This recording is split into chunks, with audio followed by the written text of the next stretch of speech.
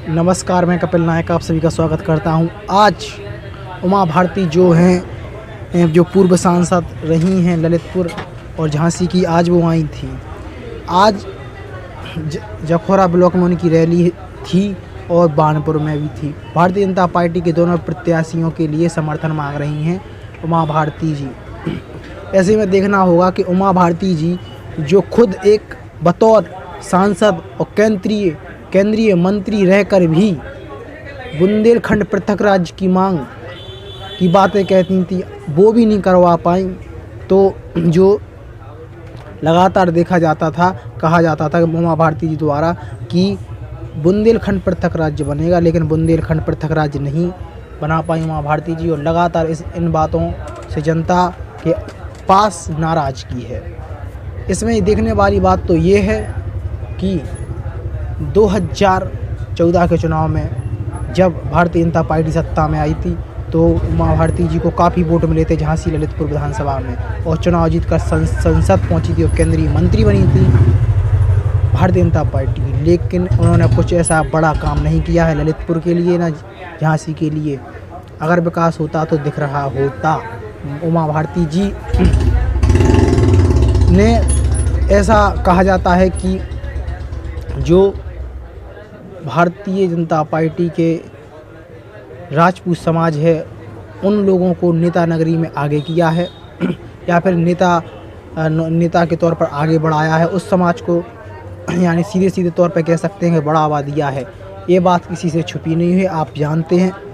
चुनावी सरगर्मियाँ तेज़ हैं, जिसको लेकर उमा भारती जी आज ललितपुर जनपद के दो विधानसभाओं में लगातार अपने प्रत्याशियों का समर्थन कर रही हैं। जो व्यक्ति 5 साल रहते हुए पे भी खुद ललितपुर जनपद का विकास नहीं कर पाया, वो अब क्या विकास करवा पाएगा दूसरों के हवाले से। जिसके पास पदवी था और पावर भी थी, वो विकास नहीं करवा पाया ललितपुर के जनता के लिए।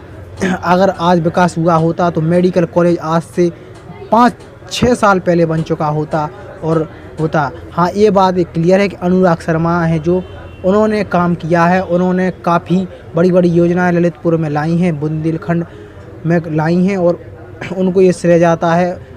अनुराग शर्मा जी लगातार काम करते रहते हैं और काफ़ी जनता उनसे सवाल करती है तो उसका जवाब भी देते हैं और संसद में बोलते हैं। ऐसे नेता जो ललितपुर में नहीं बोल पा रहे, वो विधानसभा परिषद में क्या बोलेंगे, ये देखने वाली बात होगी। 2022 के चुनाव में लगातार भारतीय जनता पार्टी के प्रत्याशियों की अनुबंध सुनकर भारतीय जनता पार्टी के सपोर्ट में उमा भारती जी आई हैं।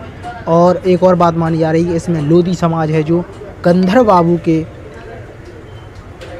निर्दलीय खड़े होने पर उन्होंने ये इस प्रकार का वो किया है, रैली की है, ऐसा माना जा रहा है। लेकिन ऐसा नहीं है। गंधर्व बाबू ने रामरतन कुशवाहा को पूर्ण रूप से सपोर्ट किया है 2022 के चुनाव में।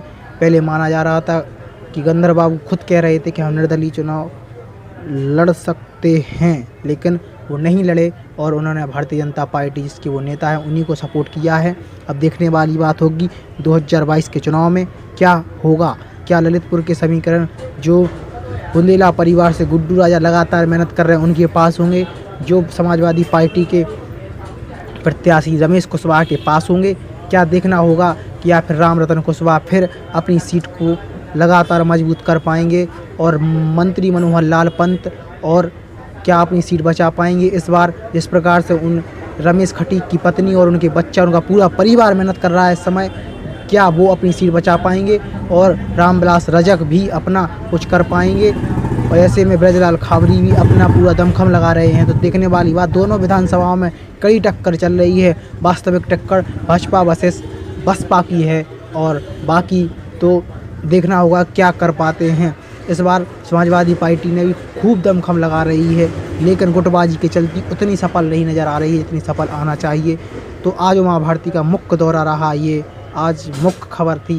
कहने का मतलब ये है कि अगर 5 साल के रहते हुए जो काम नहीं कर पाया है, वो अब क्या दूसरों के जरिए काम करवा पाएगा। और पृथक राज्य बुंदेलखंड की मांग की गई थी, वो भी नहीं करवा पाए हैं। तो इस पर आप ज़रूर विचार करें, आपकी क्या राय है। और चैनल को सब्सक्राइब करें, लाइक करें। जय हिंद, नमस्कार मेरे मित्रों।